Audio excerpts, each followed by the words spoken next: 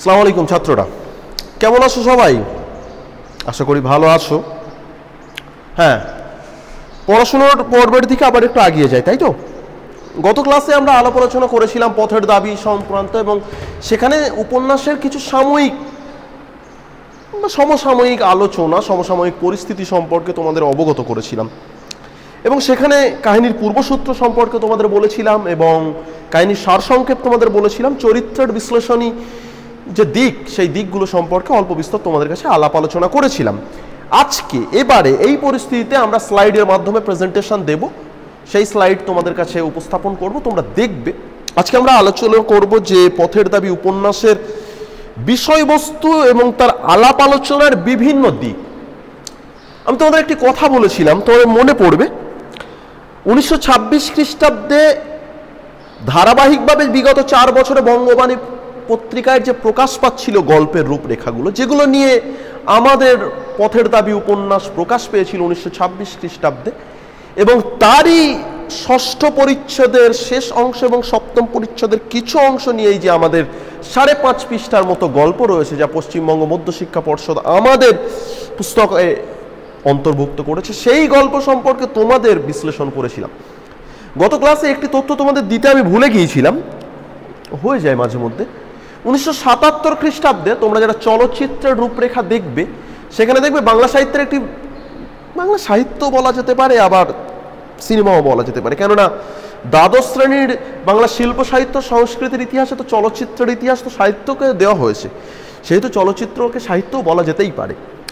উত্তম কুমারের একটি সিনেমা ছিল, যে সিনেমার মাধ্যমে কিন্তু তোমরা এই পথের দাবির কাহিনী চিত্রকে তোমরা কিন্তু দেখতে পাবে। যদি সত্যিই তোমরা অপূর্বকে দেখতে চাও, এবং যেটাকে আমরা বলতে চাই সব্যসাচী মল্লিককে দেখতে চাই, তোমরা চলচ্চিত্রটা কিন্তু দেখতে পারো, আমি সাজেস্ট করবো অন্তত পক্ষে। চলো কথা না বাড়িয়ে এগিয়ে নিয়ে যেতে পারি। আজকে বলেছি পথের দাবির আলোচনা, পথের দাবি সম্পর্কে আমরা পরবর্তী স্লাইডে যাব, এবং সেই স্লাইডে তোমাদের দেখাবো। একটি কথা তোমাদের আমি বলেছিলাম যে একটি গল্পকে যখন আমরা পড়ব, তখন তার বিভিন্ন লেয়ার দেব, বিভিন্ন শেড দেব, বিভিন্ন আকার দেব, বিভিন্ন অ্যাঙ্গেল দেব। বলেছিলাম হ্যাঁ কি না? কাহিনী যখন পড়বে, কাহিনীর একটি দিক থাকতে পারে এবং কাহিনীর আরো কিছু শেড থাকতে পারে। আমি তোমাদের একটি কথা বলি, আমি যখন মাস্টার্স ডিগ্রি করেছিলাম, আমাদের একটি পেপার ছিল, একটি নির্দিষ্ট পেপার আমাদের কাছে ছিল, সেটি হচ্ছে চলচ্চিত্র নাট্য সমালোচনা। আমরা নাটক দেখতে যেতাম থিয়েটারে, এবং নাটকের বিভিন্ন দিকগুলোকে দেখতাম, সেই দিকগুলোকে ইনপুট করে লিখতাম যে কোনটা ভালো কোনটা খারাপ। নিশ্চিতভাবে তুমি একটি গল্প পড়তে পারো, গল্পের বিষয়বস্তু জানাটা কিন্তু গল্প জানা নয়, কবিতার থিম জানা মানে কিন্তু কবিতা জানা নয়। তোমাকে একটা জিনিস বুঝতে হবে, এর এ কোণ, এর সে কোণ, এর ভালো এর মন্দ, এর বিভিন্ন লেয়ার, এর বিভিন্ন শেড, এর বিভিন্ন ছায়া, উপত্যকা, শাখা প্রশাখায় আমাকে ঘুরতে হবে। কাহিনী আমার মনের মধ্যে এত বেশি পরিমাণ জাগ্রত করতে হবে, কাহিনীর জীবন্ত রূপরেখায় আমি এত বেশি পরিমাণ ঘুরে ঘুরে ঘুরে ঘুরে বেড়াবো। সমুদ্রের কুল উপকূলের মতো করে আমরা এই গল্পের কুল উপকূলেও কিন্তু ঘুরে বেড়াবো, সে কথা তোমাদের আমি বলেছিলাম।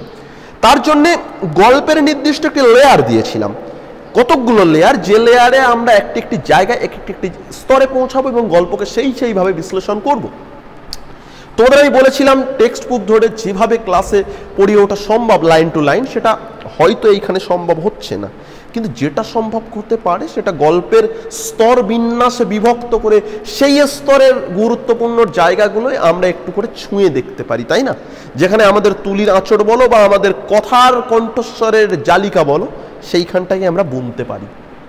আমরা বলেছিলাম, দেখো তোমরা যারা গল্প পড়েছো বা টেক্সট বইটি নিয়ে তোমরা পড়বে, তোমরা নিজেরাও জানবে, একটি পুলিশ স্টেশনের যে ঘটনা, সেই পুলিশ স্টেশনের ঘটনা থেকে শুরু করে আমাদের অন্তত পক্ষে 10ম শ্রেণীর যে পথের দাবি গল্প রয়েছে, সেই গল্পে ওই পুলিশ স্টেশনের রূপ, বা যেখানে বর্মা অয়েল কোম্পানিতে জল আবহাওয়া সহ্য না করতে পারা কিছু শ্রমিককে ধরে এনে পুলিশ স্টেশনের যে দৃশ্যকল্প, সেইখান থেকে শুরু করে অপূর্ব নামক ব্যক্তির ভামযাত্রার জন্যে ট্রেনে যে হেনস্থা হয়েছিল, সেই হেনস্থার মাধ্যমেই কিন্তু, বা হেনস্থার কাহিনী পরম্পরা ঘটছে, সেইখানেই কিন্তু আমাদের গল্পের সমাপ্তি পর্ব ঘটেছে। যদিও উপন্যাসের সমাপ্তি পর্ব সেটা নয়, উপন্যাস তার স্বাভাবিক নিয়মে গিয়েছিল, কিন্তু আমাদের গল্পের যতটুকু পার্ট আমরা নিয়েছি, এই পার্টগুলোকে এই স্তরগুলোকে আমরা বিভিন্ন বিভিন্ন ক্যানভাস দেওয়ার চেষ্টা করেছি, রং তুলির আঁচড় দেওয়ার মতো করে আমি গল্পগুলোকে ভেঙেছি।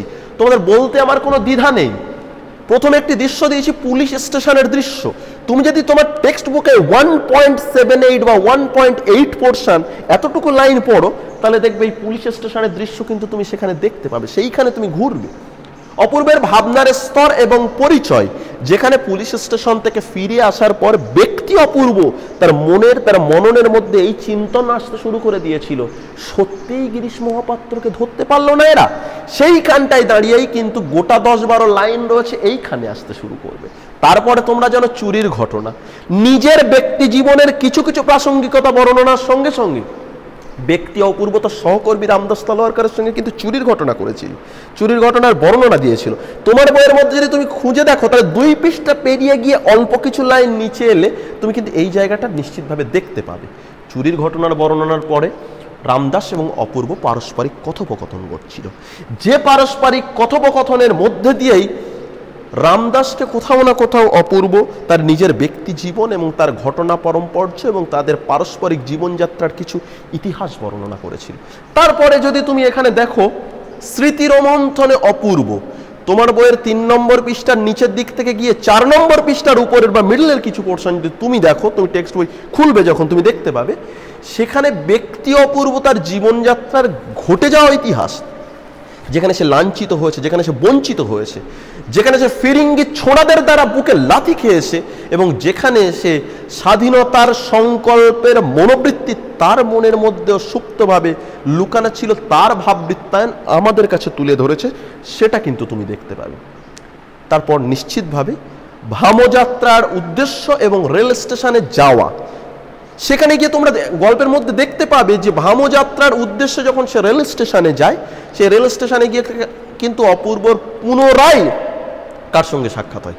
পুনরায় সাক্ষাৎ হয় কিন্তু গিরিশ মহাপাত্র নামক ব্যক্তির সঙ্গে। এবং গিরিশ মহাপাত্র তাকে বলেছিলেন, ঝুটমুট আমাকে পরিশান করলেন বাবু, আপনারা আমাকে সন্দেহের চোখে দেখবেন না। সেই একটি পর্ব গেল এবং অন্তিম পর্ব, যেখানে রেল যাত্রা করছিল ভামর উদ্দেশ্যে এবং বারবার রাতে তাকে তুলে হেনস্থা করা হয়েছিল, যে এই হেনস্থার যে পর্ব, সেই পর্ব নিয়েই কাহিনী এগিয়েছে। চলো আমরা স্লাইডে বিভিন্ন ভাবনার মননগ্রাহী চিত্র দিয়ে তোমাদের কাছে দেখানোর চেষ্টা করেছি।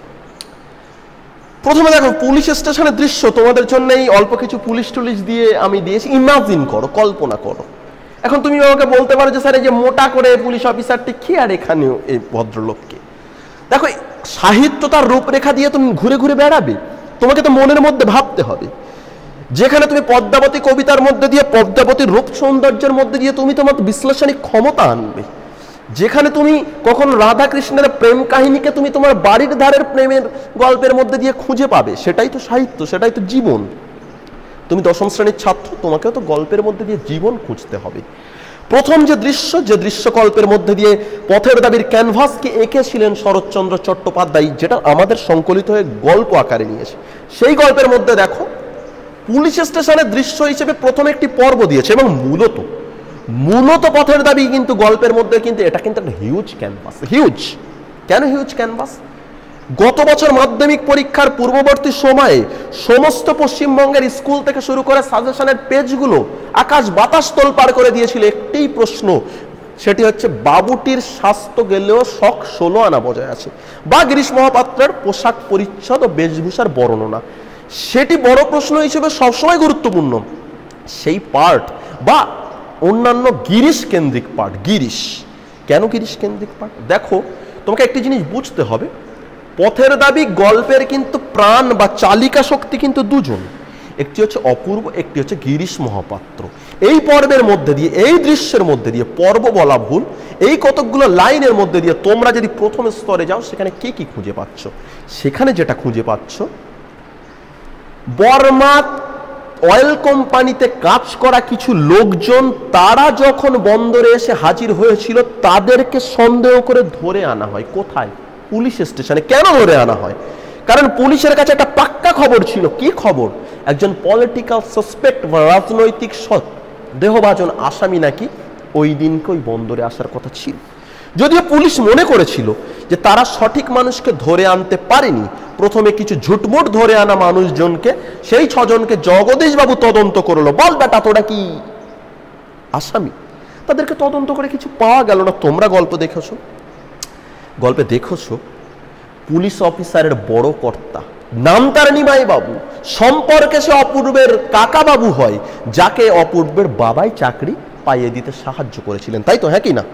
দেখো সেই জায়গাটাতে ফিরে এসো, সেখানে দেখলে দেখা যেতে পারে অপূর্ব তার কেস ডায়েরি লেখা বলো বা ঝুটমুট তামাশা দেখা যেতে বলো, থানায় বসে রয়েছে।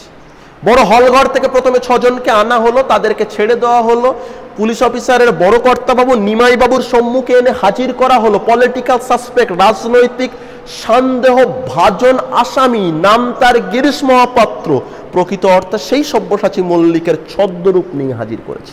এই ছদ্মরূপ আমাদের কাছে প্রশ্নের জন্য গুরুত্বপূর্ণ, চরিত্রের উপস্থাপন এবং রূপরেখায় ঘুরে বেড়ানোর জন্য আমাদের জন্য জরুরি। কেন জরুরি? তোমরা দেখবে এই যে চরিত্রটি গিরিশ মহাপাত্র, অদ্ভুত তার পোশাক আশাক, অদ্ভুত তার বেশভূষা, অদ্ভুত তার শারীরিক গঠন কাঠামো, মননগাথার মধ্যে দিয়ে চরিত্রকে এত বেশি টানো, সকালবেলা ঘুম থেকে উঠেও যেন গিরিশ মহাপাত্রকে চোখের অন্তরালে খুঁজে বেড়াতে পারো। দেখো অদ্ভুত চরিত্র। কেমন সেই চরিত্রটি? যে চরিত্র 30-32 বছরের চরিত্র, শারীরিক গঠন কাঠামো এমন, কাশির আওয়াজে আওয়াজে সে মুখরিত করে, দেখে মনে হয় সংসারের মেয়াদ ওর আর বেশি দিন কি নেই। ঠিক তেমন ভাবে তোমরা আরেকটা জিনিস দেখতে পাবো, তার অদ্ভুত কিছু পোশাক আশাক, বেশভূষা, চুলের তো কাট আর কি বলবো, তোমরা তো নিজেরাই জানো, আমার মতো নয়। এই সাইডে চুলগুলো নেই আর মাঝখানে চুলগুলো তেল দিয়ে একেবারে উল্টানো, চেরা সিথি দেওয়া, নেবুর তেলের গন্ধ মাতোয়ারা করে দিচ্ছে টোটাল পুলিশ স্টেশন। রামধনু রঙের তার পোশাক, সবুজ মোজা, কখনো বুকে বাঘের প্রিন্ট আঁকা রুমাল, কখনো হাঁটুর ওপরে একটি মোজা বাঁধা, কখনো পায়ে বার্নিশ করা পাম্প শু, কখনো হাতে ছড়ি, এবং সমস্ত ব্যাপারগুলোর মধ্যে দিয়ে একটা অদ্ভুত পাগলাটে, অদ্ভুত ছিঁচড়েপন লক্ষ্য করা যেতে পারে। আমরা হিন্দি সাহিত্যের ভাষায় যেটা বলতে পারি, এই ছিঁচড়েপন বা পাগলামি দেখে পুলিশ স্টেশনের লোকজন তাকে তদন্তভার নেবিলে তার তহবিল বা তার কাছ থেকে কিন্তু ফুটরুল, গাঁজার কলিকা এবং কতকগুলো আরো জিনিসপত্র খুঁজে পাওয়া যায়। সে কিন্তু গ্যারান্টি দিয়ে বলার চেষ্টা করেছিল, বাবুজি আমি কিন্তু এই সমস্ত গাঁজা টাজা খাই না, রাস্তায় যদি কাউকে খুঁজে পাওয়া যায় তাকে কিন্তু এটা দিয়ে আমি সাহায্য করি। এবং তোমরা সেখানে দেখেছো অপূর্ব নিজে জামিনদার হওয়ার চেষ্টা করেছে। অপূর্ব বলেছিল আপনারা যাকে খুঁজছেন তার কালচারটাকে তো দেখুন, এই মানুষটার অন্ততপক্ষে সেই লোকটি হতে পারে না। এখানে একটা টুইস্ট রয়েছে। সেই টুইস্টটি কি? টুইস্টটা হচ্ছে এই, ব্যক্তিগতভাবে কিন্তু অপূর্ব স্বাধীনতার মনোভাবনায় বিশ্বাস করত। তোমরা দেখো প্রত্যেকটি মানুষের প্রাণ সত্তার মধ্যে কিন্তু একটা প্রতিবাদী স্পৃহা লোকানো থাকে, থাকে তো? হ্যাঁ কি না? প্রত্যেকটি মানুষ মনে করে দেশের অনৈতিকতার বিরুদ্ধে প্রতিবাদ করার জারিত শক্তি আমার মধ্যে জাগ্রত। আমরা পারি না, কিন্তু অনেক সময় পারি না। এই দেশ তার শাসনকালে কিন্তু অনেকগুলো ঘটনা ঘটায়, আমার মধ্যে কিন্তু মনে হয় আমি আজ যদি দেশের শাসন ব্যবস্থায় দাঁড়িয়ে থাকতাম তাহলে আমারও কিছু করার থাকতো। আসলে রাজনৈতিক অভিসন্ধির বাইরে দাঁড়িয়ে সামাজিক পরিবর্তনের ইচ্ছাবোধ সবার মধ্যে জেগে থাকে, সেটা অপূর্বর মধ্যে ছিল। কিন্তু অপূর্ব সেই সম্মুখ সমরে দাঁড়িয়ে দেশের বিপ্লবী আদর্শকে প্রচলিত বা প্রসারিত করার মতো শক্তি দেখাতে পারেনি। কিন্তু না পারলেও যারা যারা দেশের হয়ে কাজ করে তাদের জন্য কিন্তু অপূর্বর ইচ্ছা, শক্তি বা সম্মান কিন্তু লুকানো ছিল। মনে করে এই একটি পর্ব, এই পর্বটির একটি স্তর। চলো নেক্সট স্তরের দিকে আমরা একটু তাকাই। নেক্সট স্তর দেখো, অপূর্বের ভাবনার স্তর ও পরিচয়। ইমাজিন করো এটাই অপূর্ব হতে পারে, হাসার কিছু নেই। চিন্তা করো, চিন্তার প্লটে পৌঁছাও। অপূর্ব ফিরে এলো নিজের স্বাভাবিক জীবনযাত্রা, সেখানে খাওয়া দাওয়া, সান্নিক কাজকর্ম, দাড়ি কামানো সবকিছু করতে শুরু করলো ব্যক্তি অপূর্ব।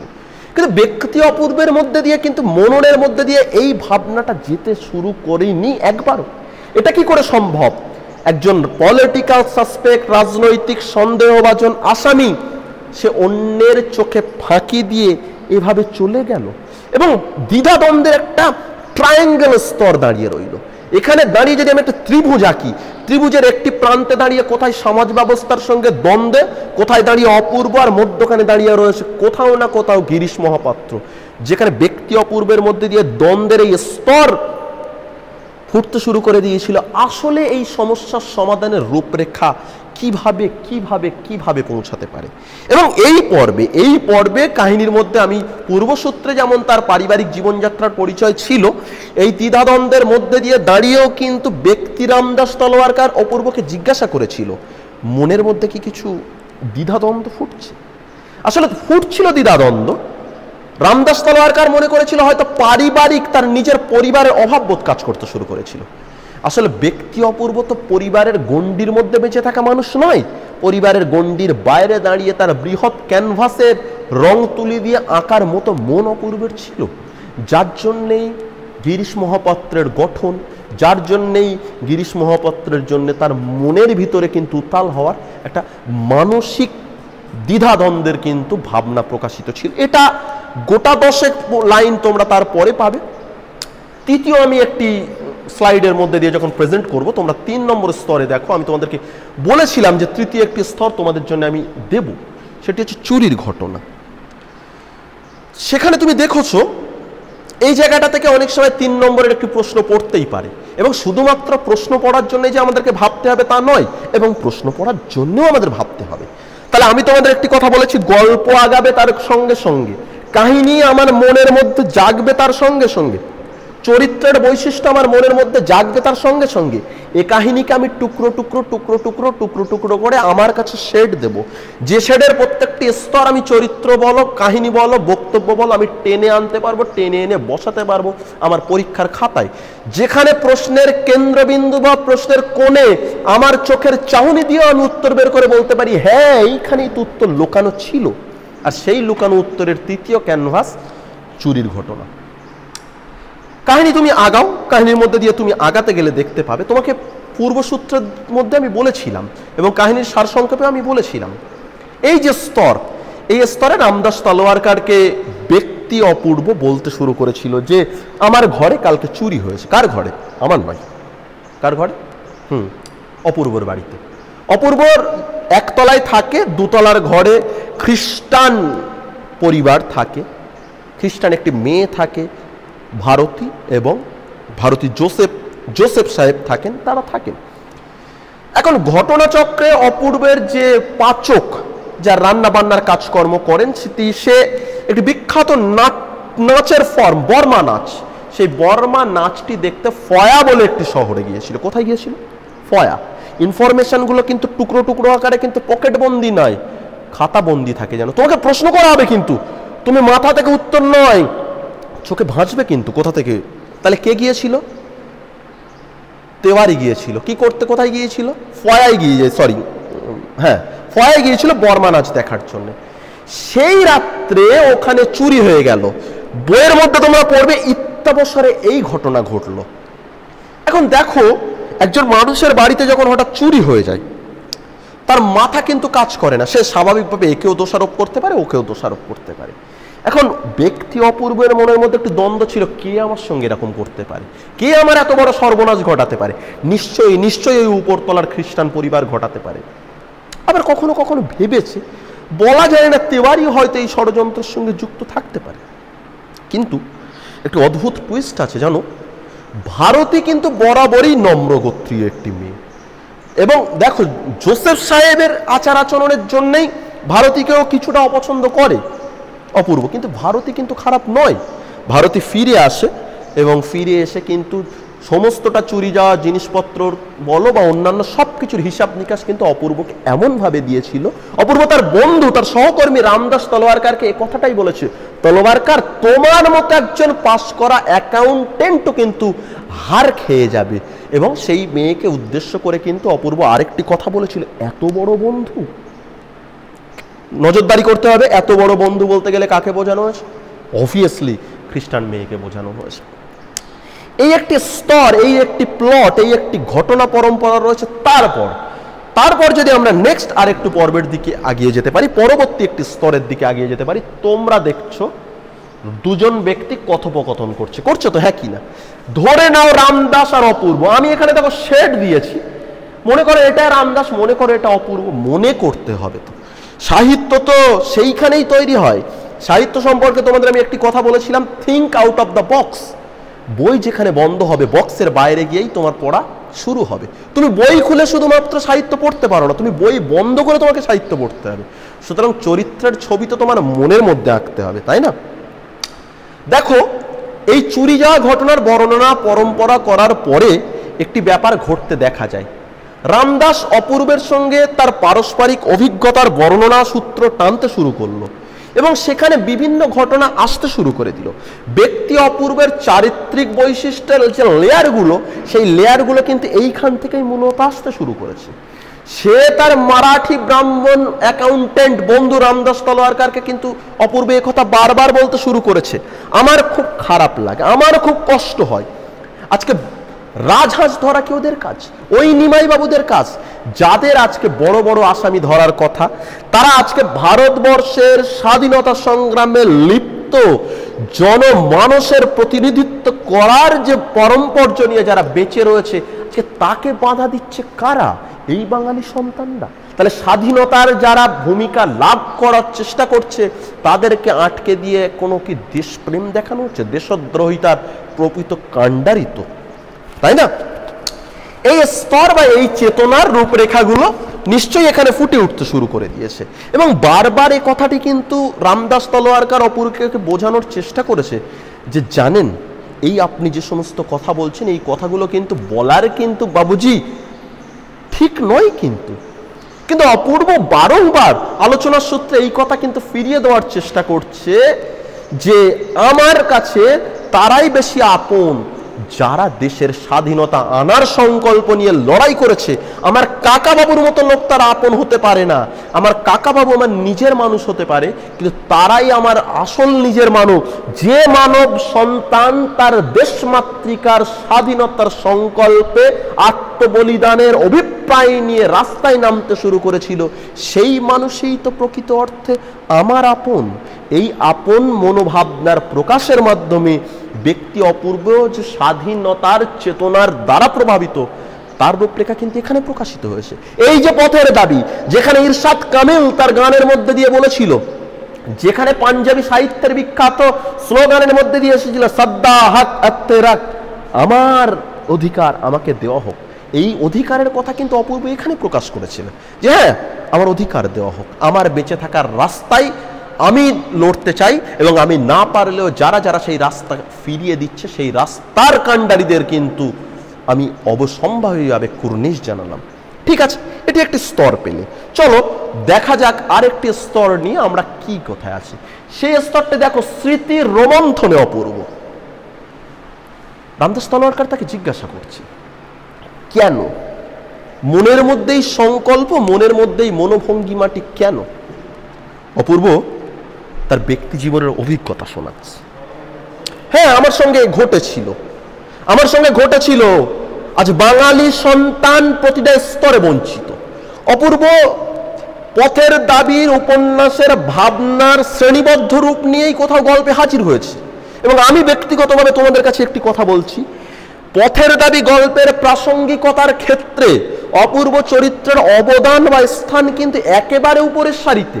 তোমরা আমাকে জিজ্ঞাসা করতে পারে কেন অধিকারের রাস্তা খুলে দেওয়ার যে প্রত্যয়, অধিকারের রাস্তা যারা খুলতে চাইছে তাদের জন্য কুর্নিশ এই অপূর্ব চরিত্রের মাধ্যমেই কিন্তু প্রথমত থেকে শেষের দিকেই কিন্তু ঘুরে ফিরে বেরিয়ে।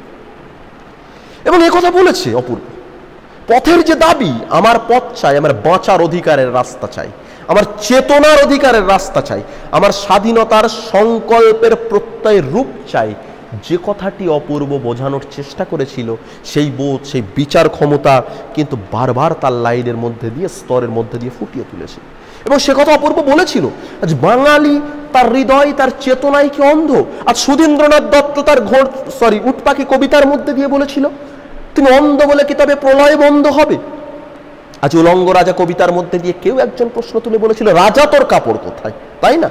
আজ বাঙালি তার মনন, তার চেতনায় কি অন্ধ হতে শুরু করেছে, যে অন্ধত্বের প্রকাশিত রূপরেখা দিয়ে আজকে অত্যাচারিত হয়েছে অপূর্বরা। আজ ট্রেন যাত্রায় কোন ফিরিঙ্গি ছোড়ারা তাকে লাথি মেরে নিচে স্টেশন থেকে ফেলে দিয়েছে ট্রেন থেকে। আজ স্টেশনের করিডোরে পড়ে যখন সে উঠে দাঁড়িয়েছিল, অন্যরা এই আহ্বানই করতে শুরু করেছিল, এই প্রশংসাই করতে শুরু করেছিল। না না, হাড়টা তো ভাঙেনি, একটু ধুলোনাই ঝুটপুট লাগতেই পারে। আসলে এই প্রতিবাদহীনতার যে মনোবৃত্তি, সেই মনোবৃত্তির বিরুদ্ধে ধিক্কার জানানোর মতো মানসিকতা কোথাও না কোথাও এই অপূর্ব চরিত্র এবং এই কথোপকথনের মধ্যে দিয়ে ফুটে উঠেছে। লেখক তার সার্থকতার রূপরেখা কিন্তু পথের দাবিতে এইখানে এনেছে। এই সমস্ত গল্প ভাবনা, এই স্তরগুলোই তোমরা পড়তে পারবে। নেক্সট আমি একটি স্তর দেখো, ভামযাত্রার উদ্দেশ্য এবং রেল স্টেশন।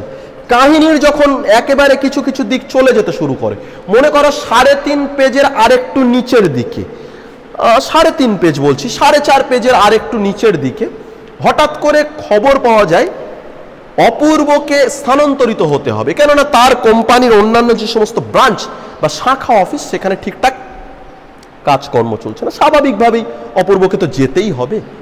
সেই যাওয়ার যে প্রস্তুতি, এবং অপূর্ব কোথাও না কোথাও রেঙ্গুনে ঠিক বিরক্ত হচ্ছে, ওরও ঠিক ভালো লাগছে না, যেটা গল্প পড়তে গিয়ে তোমরা জানতে পারো। অপূর্ব প্রস্তুতি নিতে শুরু করল। আরদালি, ব্রাহ্মণ পিয়াদা তারা এবং এই সমস্ত লোকজনদের সঙ্গে নিয়ে এবং তলোয়ার কারো তাকে ছেড়ে দেওয়ার জন্য স্টেশনে ছাড়তে গেলে, এটা আতিথেয়তা দেখানোর একটি মাধ্যম। আমরা আমাদের নিজেদের লোকজনকে মাঝে মধ্যে ট্রেন স্টেশনে ছেড়ে আসি। সেখানে গিয়ে একটা টুইস্ট ঘটে।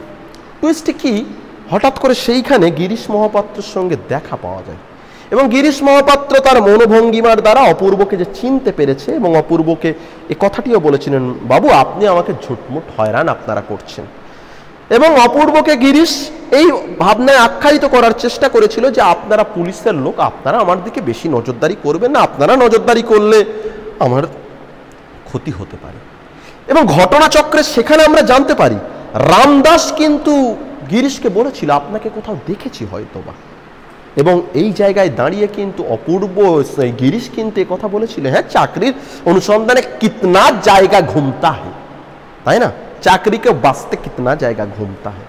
এই যে বিভিন্ন কারণে আমাকে চাকরির জন্য ঘুরতে হয়, সুতরাং আমাকে দেখা হতেই পারে। এবং এই জায়গাটায় দাঁড়িয়ে ধূমকেতুর রূপরেখা দিয়ে আবির্ভাব নয়, মাঝে মাঝে আসা, মাঝে মাঝে চেতনার রূপরেখা জাগিয়ে দেওয়া, এবং সেই জায়গায় দাঁড়িয়ে কোথাও না কোথাও অপূর্বের মতো চরিত্রের প্রস্থান, এবং সেই প্রস্থানের বিকল্প হিসেবে ভিতর থেকে কিন্তু আমাদের গিরিশ মহাপাত্রের প্রস্থান। এইখানে দাঁড়িয়ে হঠাৎ করে আমরা দেখতে পাই গিরিশও চলে যায়, অপূর্বকেও ছেড়ে দেওয়া হয়। নেক্সট স্লাইডে যাওয়ার জন্য আমরা দেখব ট্রেন যাত্রা প্রথম শ্রেণীর।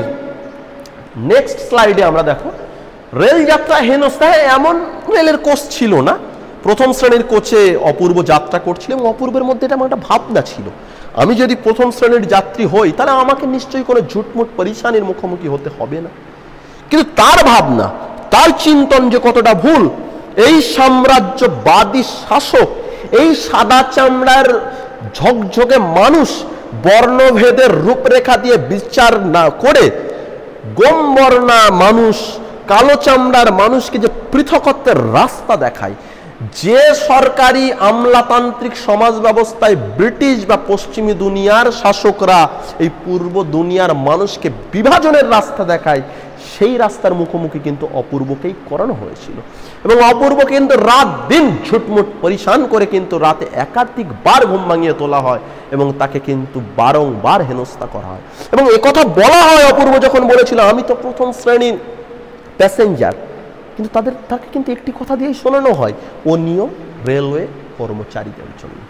এই হচ্ছে আমার গল্পের রূপরেখা। তোমাকে একটা জিনিস বুঝতে হবে, গল্পের রূপরেখা যাই টানো, এখানেই পথের দাবি, এখানেই উদ্দেশ্য।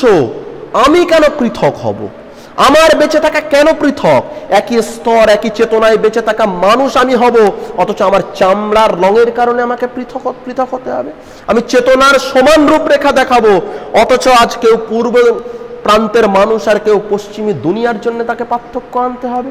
আজকে পরাধীন ভারতবর্ষের মানুষ যে তার চেতনার রূপরেখা দিয়ে তার সমাজ, সভ্যতা, দেশকে স্বাধীনতা দেওয়ার চেষ্টা করে, সে কেন পৃথক হতে হবে, তাকে কেন সংকল্প নিয়ে লড়তে হবে এবং অন্যরা কেন তাকে বাধা দেবে। এই বাধা দেওয়ার পিছনেও যে দাবি, এই বাধা দেওয়ার সম্মুখে বুক চিতিয়ে যে দাবি, সেই দাবি করে গিরিশ মহাপাত্ররা এবং সেই দাবির জন্য কিন্তু কুর্নিশ বা পরোক্ষ সমর্থন জানায় কিন্তু অপূর্বরা। ছাত্ররা